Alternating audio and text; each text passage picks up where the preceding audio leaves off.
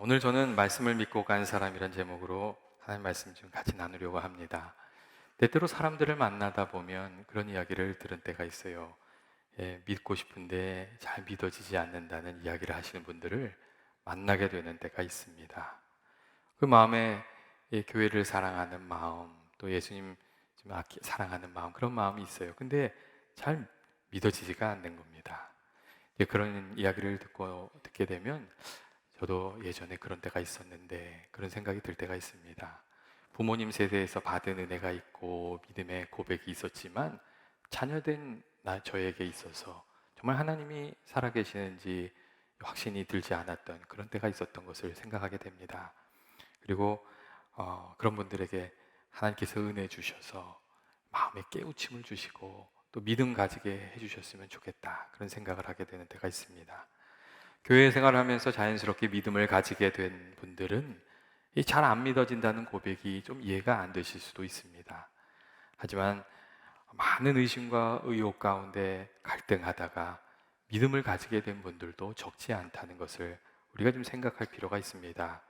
그래서 잘 믿어지지 않는다고 이렇게 말씀을 하시면 그분들을 위해서 기도해 주는 것이 참 귀한 것 같습니다. 이 믿어지는 것에도, 깨달아지는 것에도 하나님의 은혜가 있어야 되기 때문에 그렇습니다. 그리고 내 마음의 믿음이 흔들리거나 그럴 때에는 하나님이 있는가 없는가 고민하는 것이 아니라 말씀에 순종하는 삶을 살아보는 것이 더 좋은 방법이 됩니다. 말씀하신 대로 성경도 읽어보고, 말씀하신 대로 또 기도도 해보고, 좀 부르짖어도 보고, 말씀하신 대로 순종해서 또 섬겨보기도 하고, 그렇게 하다 보면 정말 믿었더니 그것이 진짜였구나, 그 말씀이 진짜였구나, 그런 것을 깨닫게 되는 때가 있고 주님을 만나게 되는 때도 있기 때문에 그렇습니다. 다른 사람을 위해서 기도하다가 그 기도 응답을 내가 받고 거기에서 힘을 얻어서 또 내 삶의 문제도 감당하게 되는 때가 참 많이 있습니다. 오늘 성경의 말씀을 보면 예수님 당시에도 예수님의 말씀과 기적을 보고 사람들이 두 부류로 나누어졌던 것을 알 수가 있습니다. 첫 번째 부류는 예수님 말씀을 듣고 기적을 보았지만 믿음을 가지지 못한 그런 사람들이었습니다. 오늘 말씀을 보면 예수님께서 제자들에게 선지자가 고향에서 높임을 받지 못한다는 말씀을 하시고 계시는데 그 이유가 다른 것이 아닙니다. 주의 말씀을 들었지만 믿지 않는 이들, 그런 이들이 있었기 때문에, 예수님 홀대하는 이들, 그런 이들이 있었기 때문입니다.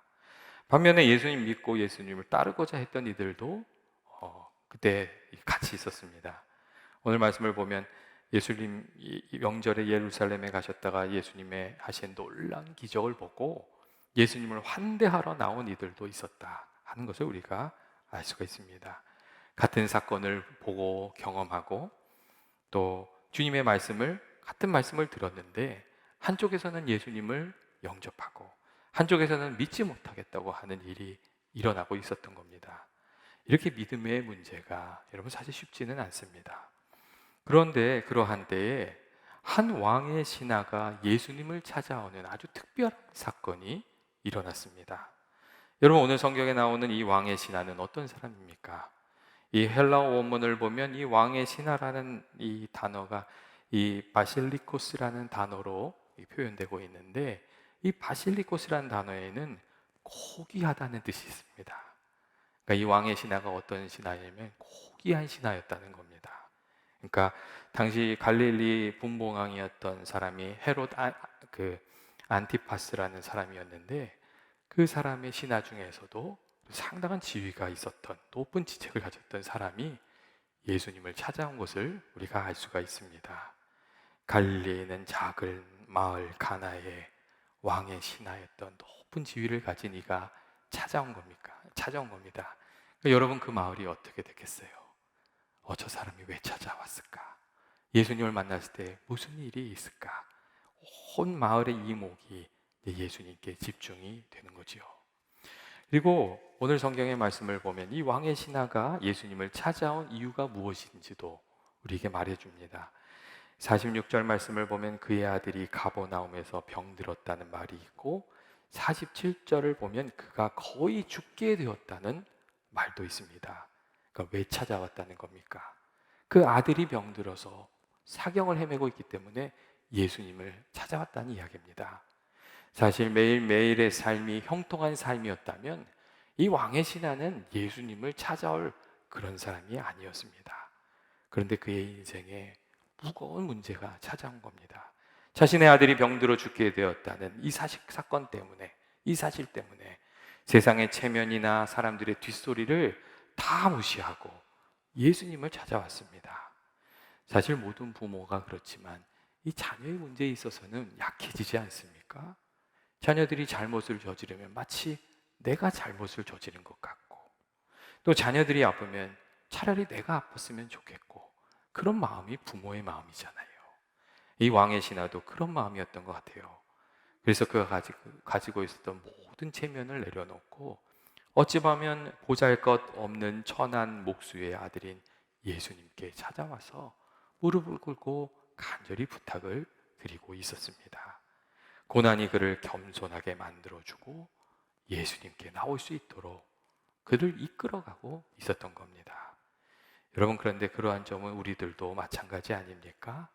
많은 경우 우리가 하나님을 잊어버리고 하나님 없이 살다가 인생의 벽에 부딪힐 때 하나님 생각하고 하나님께 돌아오는, 기도하게 되는 일들이 일어납니다. 그리고 하나님을 바라보고 하나님 의지하면서 살아가게 될 때 우리들의 삶 전체가 변화되는 그런 일들이 시작되는 경우가 참 많습니다. 고난이 믿음의 삶을 시작할 수 있도록 그렇게 이끌어주는 겁니다. 예전에 어느 집사님께서 그런 이야기를 하셨어요. 이제 집사님들 만나면 그런 거 물어보잖아요. 어떻게 신앙생활 시작하셨어요? 이런 거 물어보잖아요. 근데 그 집사님이 그런 얘기를 하시더라고요. 사실은 자기는 예수 믿을 사람이 아닌데 자기 집안에 어려운 문제가 생겼다는 거예요. 그래서 잠도 못 자고 고민하는데 주변에 있던 분 중에 좀 교회에 나와 보라고, 그래도 교회에 나와서 기도해 보라고 그렇게 권면을 하더래요. 그래서 교회에 한번 나왔는데 참 이상하게도 첫날부터 교회에 왔는데 그렇게 무거웠던 마음이 편안해지더래요. 그래서 아침에도 나오고 오후에도 나오고, 그리고 다른 사람들처럼 한번 기도도 해보고 예배도 드려보고 그러다가 예수님을 알게 됐다고, 그리고 내 마음이 편안해지고 그다음에 삶의 문제가 해결돼서 이렇게 예수 믿게 되었다고 그런 이야기를 하셨습니다. 여러분, 그분은 그런 얘기를 하셨어요. 그때가 참 어려운 때였지만 자신의 삶 속에서는 하나님을 알게 되는 귀한 순간이었다고 그런 이야기를 하셨어요.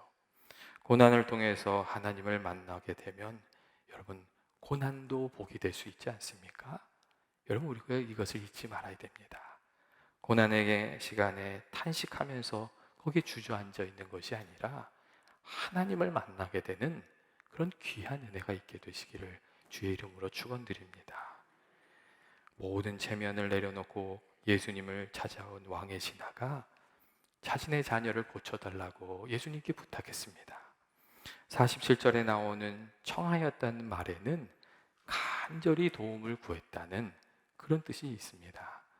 여러분, 아들이 사경을 헤매고 있는데 그 부탁하는 마음이 얼마나 간절했겠어요. 이 그냥 부탁하는 게 아니잖아요. 그러니까 정말 간절히 예수님께 간구를 한 거죠. 그런데 이 부탁을 들으신 예수님께서 이때 이 왕의 신하의 그 부탁을 들으실 때는 참 이상하게 말씀을 하셨어요. 보통 때에는 이렇게 고난당하는 이들이 주님을 의지하면서 나오면 예수님께서 그들을 긍휼히 여겨주시고 또 만져도 주시고 기도도 해주시고 그랬는데 이때에는 예수님께서 그렇게 하지 않으셨어요.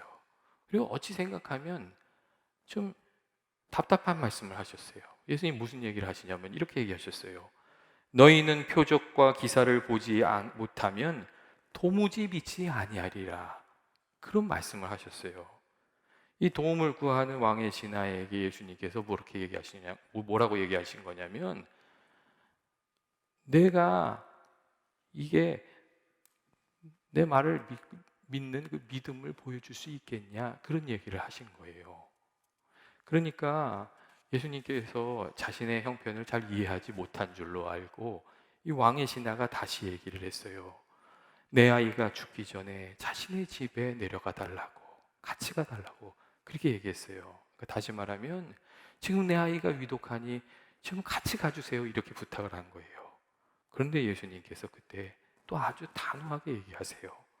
그 신하에게 가라, 내 아들이 살아있다 그렇게 말씀하셨어요. 여러분 이제 어떻게 해야 되는 거예요? 예수님께서 그렇게 하시면 가라, 내 아들이 살아있다 그렇게 말씀하시는 거예요.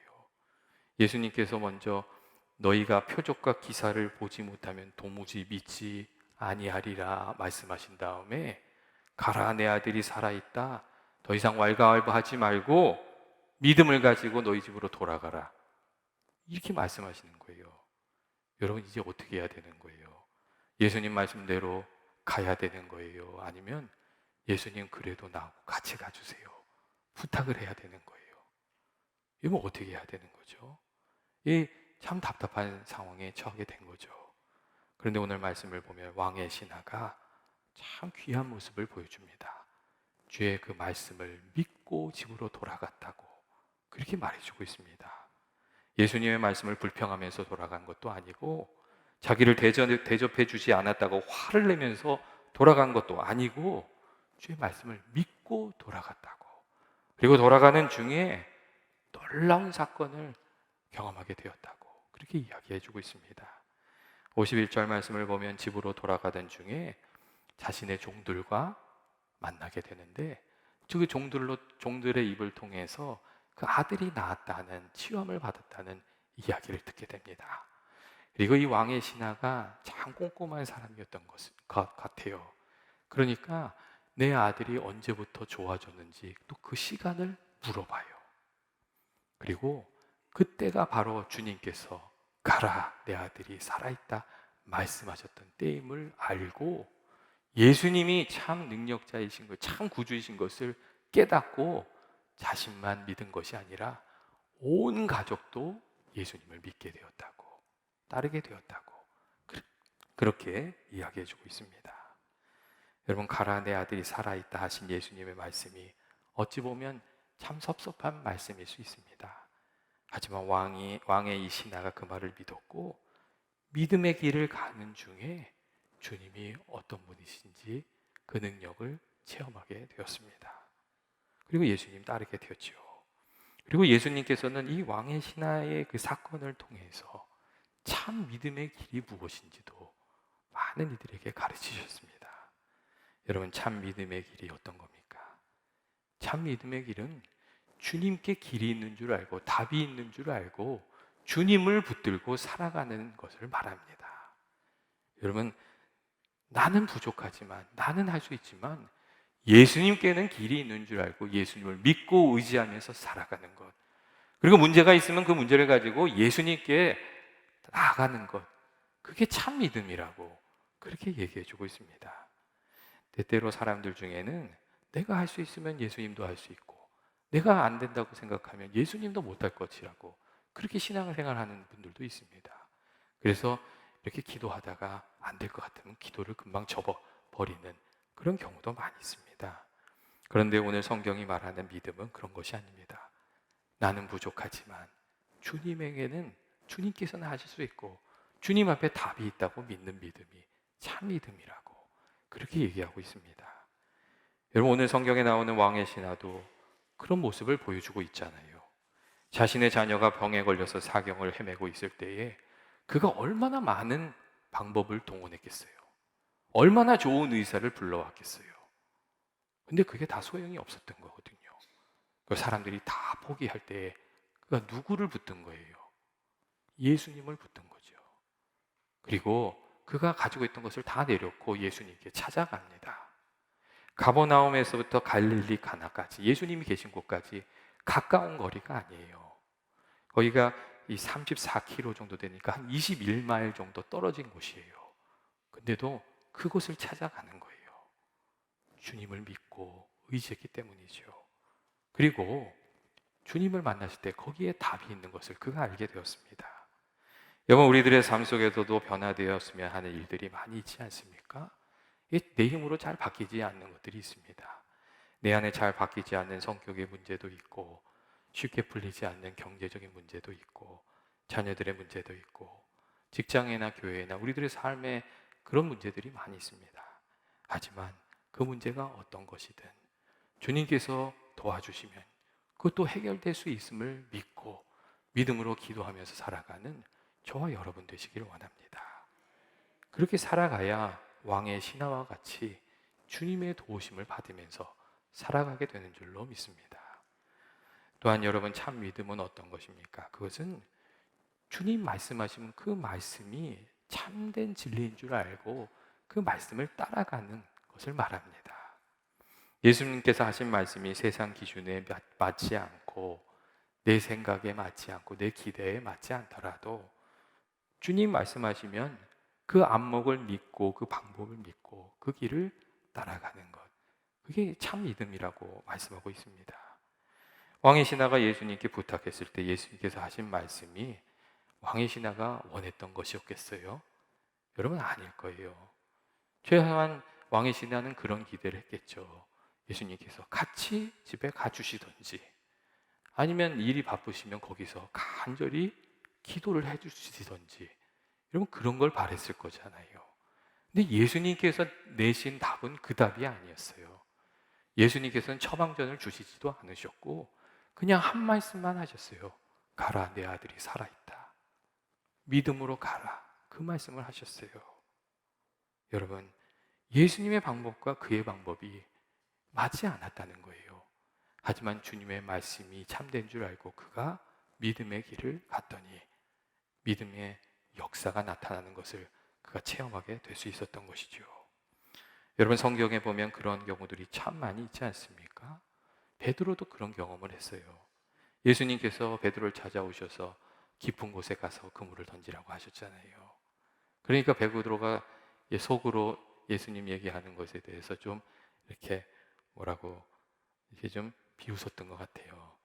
예수님, 그건 아니지만 예수님 말씀하시니까 내가 한번 해보겠습니다.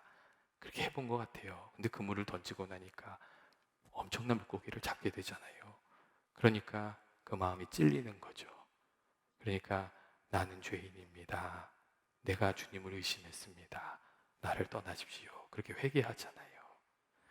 여러분, 예수님의 방법과 우리 방법이 다르고 또 예수님 방법을 다 이해하지 못하게 되는 경우가 많습니다. 그래도 성경은 주님의 말씀을 따르라고 그렇게 우리에게 가르쳐주고 있습니다. 우리가 늘 성경을 묵상하면서 주님의 말씀을 따라가는 거죠. 여러분, 우스갯소리 중에 그런 얘기도 있잖아요. 예수님께서 제자들을 데리고 이렇게 산에 올라가실 때에 저기 각자 돌멩이를 하나씩 들고 가자, 그런 얘기가 있잖아요. 그랬더니 베드로는 큰 돌멩이를 가져가고 의심 많은 도마는 조그만 돌멩이를 들고 가고 머리 빠른 빌립하고 그 가룟 유다는 그곳에도 돌멩이가 많은데 뭘 들고 가? 그걸 빈손으로 들고 올라갔대잖아요. 또 올라갔더니 예수님께서 가져온 돌을 다 꺼내라 그러더니 하나님 아버지, 그 돌들이 떡으로 변하게 해 주옵소서, 그렇게 했다는 얘기가 있잖아요. 주님의 방법을 다 알 수 없다는 그런 얘기죠. 여러분, 하나님께서 주신 말씀이 있습니까? 우리가 예배하는 중에, 기도하는 중에, 또 말씀을 묵상하는 중에, 내 인생의 문제를 놓고 주님의 뜻을 생각하는 중에 주신 말씀이 있다면 그 말씀을 따라가는 저와 여러분 되시기를 원합니다. 때때로 인간적인 방법으로 하고 싶은 때도 있고 또 주님 주시는 방법이 마음에 들지 않을 때도 있죠. 정말 그 방법으로 해서 될까? 그 방법으로 하다가 나만 우스운 사람 되는 거 아닌가? 그런 생각이 들 때도 있습니다. 하지만 그때에도 주님의 방법을 따라가면 주님께서 우리들의 삶을 책임져 주시는 줄로 믿습니다. 마지막으로 참 믿음은 언제나 행동하는 믿음입니다. 말씀대로 순종하는 믿음, 말씀대로 행동하는 믿음, 이게 참 믿음입니다. 그리고 그렇게 행동할 때에 우리의 순종과 하나님의 성령의 역사가 함께 역사합니다. 성경을 보면 그런 얘기들이 또 많이 있잖아요.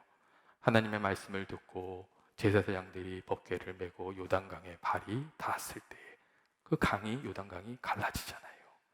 하나님의 말씀대로 여리고성을 돌고 나팔을 불 때에 그 여리고성이 무너지는 은혜의 역사가 일어나잖아요.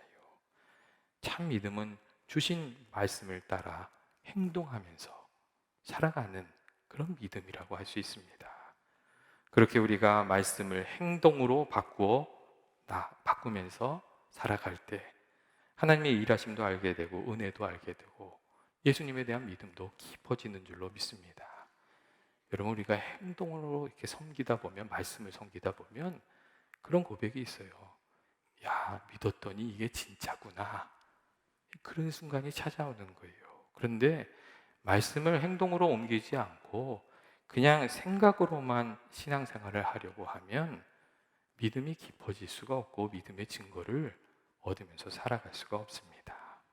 그렇게 하면 내 생각의 틀에 갇혀서 늘 살아가는 것이죠. 그렇기 때문에 우리가 말씀대로 순종하면서 살아가는 그 삶이 참 중요하다고 생각합니다. 예수님께서 가라 내 아이가 나았다 하신 이유가 어디 있습니까? 예수님께서 다른 방법도 다 하실 수 있죠. 그냥 기도해 주실 수도 있잖아요. 근데 그렇게 하지 않으셨어요. 가라 내 아이가 나았다. 믿음을 가지고 가라 이렇게 말씀하셨어요. 그 이유가 뭐겠어요? 순종을 통해서 더 큰 믿음에 이르게 하시려고 예수님께서 그렇게 믿음에 도전을 하고 계셨던 거죠. 왕의 신하가 예수님 말씀을 듣고 돌아갈 때 그 마음이 어떻겠어요? 불안한 마음도 있고 걱정 어린 마음도 있고 아마 그 왕의 신하의 마음에는 아마 겨자씨 같은 믿음이었을 거예요. 하지만 믿음의 길을 가던 중에 하인들을 만나게 되고 그 아들이 회복되었다는 이야기를 들었을 때는 그 마음에 가지고 있었던 불안이나 걱정이 다 떠나가고 확실한 온전한 믿음의 사람이 되었던 것을 우리가 알 수가 있습니다. 여러분, 날마다 더 믿음이 깊어지는 길이 어디 있습니까? 그것은 주의 말씀에 순종하여 살아가는 것에 여러분 그 길이 있습니다. 예수님께서 우리에게 주신 말씀이 있으면 그 마음을 단단히 붙들고 살아가게 되시길 원합니다. 말씀을 읽는 중에 주님께서 내 죄가 사함 받았다 말씀하시면 그대로 믿게 되시기를 바랍니다. 그리고 우리가 말씀 묵상하는 중에 내가 너와 함께 하겠다 그 말씀을 내게 주시면 주께서 함께 하심을 단단히 믿고 살아가는 저와 여러분 되시길 원합니다. 그리고 너는 내게 부르짖으라 내가 응답하겠고 내가 알지 못하는 크고 비밀한 것을 내게 보이리라. 주님 그렇게 말씀해 주시면 그 말씀을 붙들고 기도하면서 살아가는 여러분 저와 여러분 되시길 원합니다. 예, 그렇게 살아가면 믿음인 대로 살았더니 주의 말씀이 참되구나 그렇게 고백하게 될 줄로 믿습니다. 나는 어떤 믿음으로 주님 앞에 나왔으며 여러분 우리가 어떤 마음으로 예수님 앞에 나왔으며 또 내 믿음은 어떻게 성장해 가고 있는지 또 어떤 말씀을 내가 마음에 품고 살아가고 있는지 우리가 우리 자신을 좀 돌아볼 필요가 있습니다. 그리고 성경을 가까이 하며 기도하며 주의 음성을 듣는 저와 여러분 되시기를 원합니다. 이 왕의 신하처럼 주님께 구하는 겸손한 간구가 있고 또 주신 말씀에 순종함이 있어서 적은 믿음이 자라서 온전한 믿음으로 성장하게 되는 귀한 은혜가 저와 여러분에게 있기를 원합니다. 같이 기도하시겠습니다. 사랑과 은혜 많으신 하나님 아버지, 오늘도 말씀 가운데 주의 음성을 저희들에게 허락해 주시니 감사합니다. 저희들이 참 믿음의 사람으로 살아가기를 원합니다. 아버지, 저희들이 주님 앞에 나아갈 때마다 성령으로 함께하여 주셔서 주의 말씀을 저희들에게 들려주시고 그 말씀 붙들고 살아가는 저희들이 되게 하여 주옵소서. 예수님의 이름으로 기도합니다. 아멘.